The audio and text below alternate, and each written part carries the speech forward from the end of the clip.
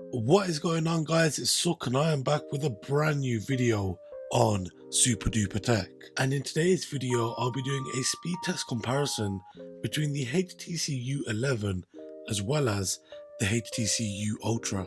Now if you guys do want to see the full and in-depth reviews of each of these products, then you can go ahead and check out the description section. And if you do want to see similar videos, then be sure to hit that subscribe button.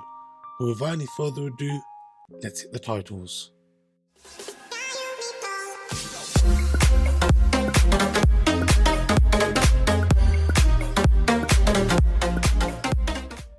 So the first speed test that I am going to run is a Bootup speed test.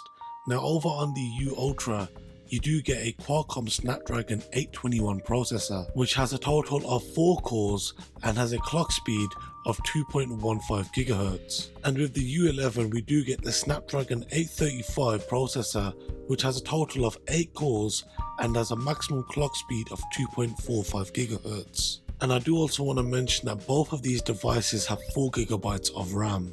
And as the U11 finishes booting up in around 29 seconds, it's shortly followed up by the U Ultra, which finishes up in around 36 seconds.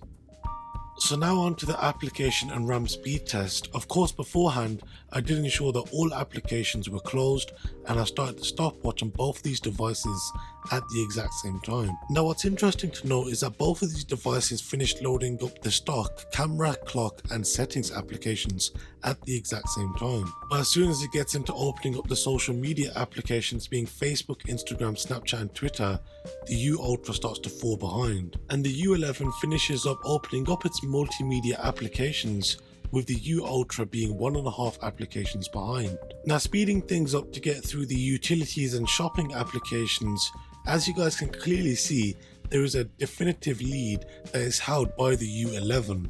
And this lead can be even more clearly seen as the U Ultra finally starts to export that same file. Judging by the remaining time for the U Ultra to complete this task, it looks like the U11 has around a 25-second lead over the Ultra. Now as the U11 gets into opening up its final 4 gaming applications, the U Ultra finally finishes exporting that file and is finally onto opening up the first gaming application, being Subway Surfers. Unfortunately for the U Ultra, the U11 is actually onto opening up Pokemon Go. This does of course once again mean that the U Ultra is back to being 1 application behind the U11. But that's not the case, as in fact the lead for the U11 starts to increase as it gets on to opening up Injustice 2 and Super Mario Run, while the U Ultra struggles to open up Pokemon Go. Now as the U Ultra finally gets into opening up and loading Pokemon Go, the U11 manages to load up Super Mario Run. This of course means that the U11 comes in with a first lap time of 2 minutes 16 seconds. Now while the U Ultra is still trying to finish off and load its final 2 applications, you can already see that the U11 has held most of these applications in its RAM pretty good. Now one thing which is interesting to note is that in the time taken for the U Ultra to open up Super Mario Run, the U11 actually manages to reopen up all of the multimedia applications.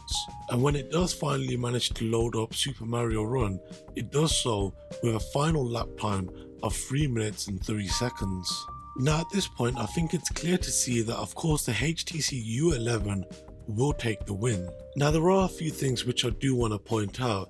The first of these is that these devices came out within 4 months of each other. And once again is that they do both have the same amount of RAM. Now if you guys have seen my videos between the iPhones and any other phone, you will of course know that RAM doesn't make too much of a difference.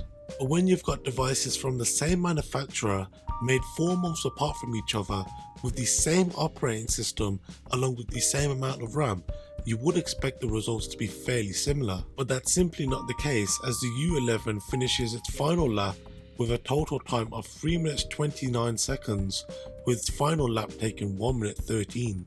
Now I'm going to start speeding this up, but it is nice to know the difference that 4 months can make and how much of a bad investment it was if you did get the U Ultra. And honestly, if you are looking to purchase a HTC Android smartphone, then I would highly suggest looking into the U11. And guys, do me a favor, comment down below what you guys thought of this test between these 2 smartphones. And after what felt like an eternity, the U Ultra finally finishes with a total time of 4 minutes 44 seconds, with its final lap taking 1 minute 41 seconds.